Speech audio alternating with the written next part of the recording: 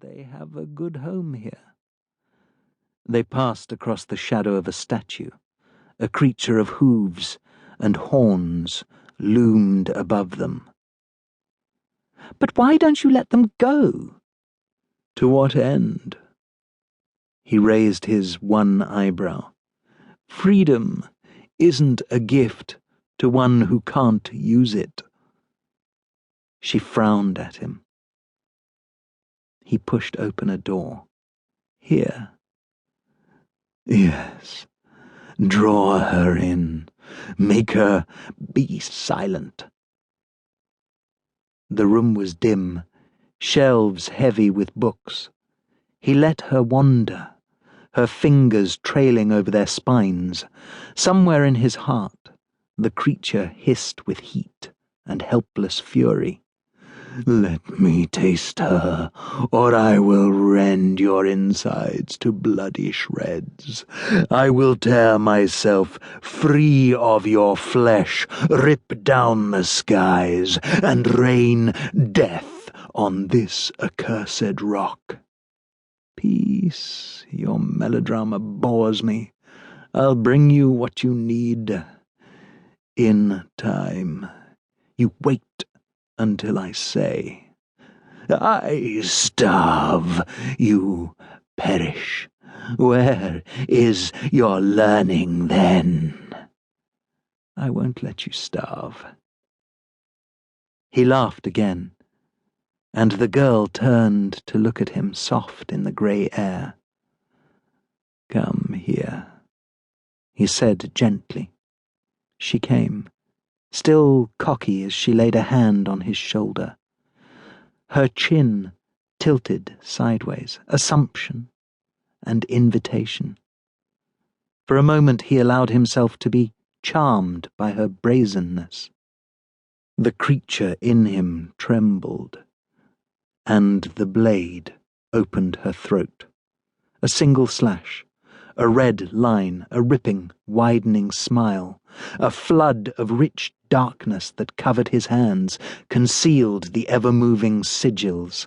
He caught her as she fell, bubbles on her lips, and a final look of shock in those strange, two-coloured eyes. He was sorry to waste her this way, but they sought answers, as if those eyes were a harbinger, a warning from the count of time itself. They sought answers now. They laid her out on the stone floor, life running forgotten to the sea far below. A single blow shattered her sternum. It took the strength of the creature within him to crack her ribcage and part the two sides like doors, tearing her open to reach the truth that lay within. Her lungs fluttered. Her heart beat desperately, struggled, and was still. The creature in him pulsed with blood and eagerness. His skin bulged to contain it. Slowly he raised a bloodied hand and lifted the covering on his darker eye. "Tell me," he said silently. "Tell me what you have seen." It repulsed his clinical nature, but his need for knowledge was absolute. "Foolish!" It was laughing, the sound immortal and terrible. "The world is wounded, riven to her heart, and now a canker spreads through her flesh. Despite Morgrim's failure, Roviarath will fall to her knees.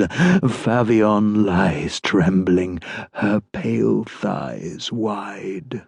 Old forces muster at Ramuth. They have waited so long, and the bard is gone." The creature paused. "What?" "Ineffectual. His presence or his absence matter not." Its scorn was like a blade. It severed his consciousness, thought from thought. Under the full onslaught of its presence, he could barely remember who he was. Even as it spoke, it pried into his mind with hot, curious fingers, baring his innermost weaknesses, laughing. To keep listening to this audiobook, I've left you a link in the description so you can do it, at no cost thanks to Audible's 30-day free trial.